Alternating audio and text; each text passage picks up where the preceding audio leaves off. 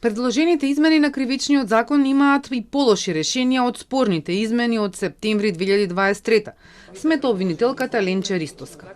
Таа објаснува дека на перфиден начин се заобиколува одговорноста во одредени фази од јавните набавки, а има и декриминализирање на одредени однесувања, што ќе предизвика несакани последици, како што е запирање на истраги и судење. Не може да зборувате за борба против корупција и да предложите вакви измени. Значи, тие две работи не одат заедно. Со новите предложени измени, гледам дека се остава простор за нови злоупотреби. Се декриминализираат одредени поведенија кои што беа веќе криминализирани. Јавните набавки, повредите се ограничуваат на еден многу мал дел, што значи другите повреди им даваме амин, да речам, народски кажано, а во делот на несовесното вршење на работи во службата целосно се изземаат од одговорност вработените во органите на државна управа. И тоа се сите министерства, тоа се сите вработени во министерства, тоа се сите полициски службеници како вработени во органите на државната управа. Уставен кој требаше утре да пресече за кривичниот законник, сега со измените кои влегоа во собраниска процедура, известно е дека утре одлука нема да има. Председателот на судот смета дека формално собранието постапило по нивната забелешка со тоа што измените ги предложило во редовна процедура, но за материјалниот дел не коментираше. Јас не смеам да коментирам норми што не се живи норми и што не се дел од постапка, тоа го правиме во нашата судница.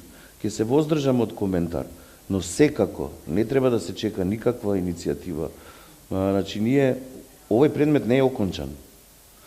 Утре, ако биде повлечен од дневен ред, како што е моето очекување, затоа што имаме нова состојба, ние ќе ги чекаме законските решенија кои ќе станат позитивни, кои ќе бидат објавени во службен весник, ние повторно се враќаме на нашата одлука и на седница на судот ќе бидат разгледувани и материјално и формално.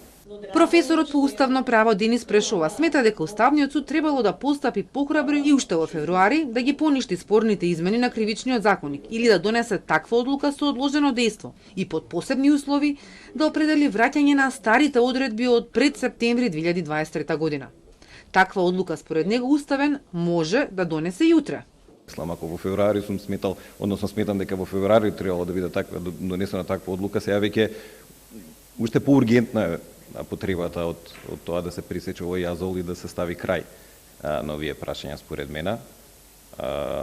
Така што сметам дека и ова сега што го прави Уставниот суд нема јасна правна основа дури во сопствените акти. Одредбата од член 36 став 2 од актот јасно вели најмногу до 6 месеци. Така што Уставниот суд е ставен во позиција да оди спротивно дури на сопствениот акт. Процедурите ги следи и Европската комисија, која во 3 извештаи наназад ги потенцира последиците од спорните измени на кривичниот законник од 2023.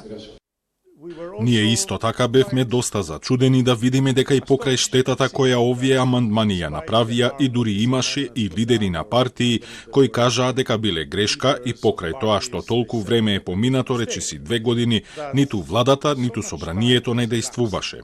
На панел дискусијата организирана од невладината Солуција, учесниците оценија дека честото менување на закони со различни казни е проблематично и води до правна несигурност.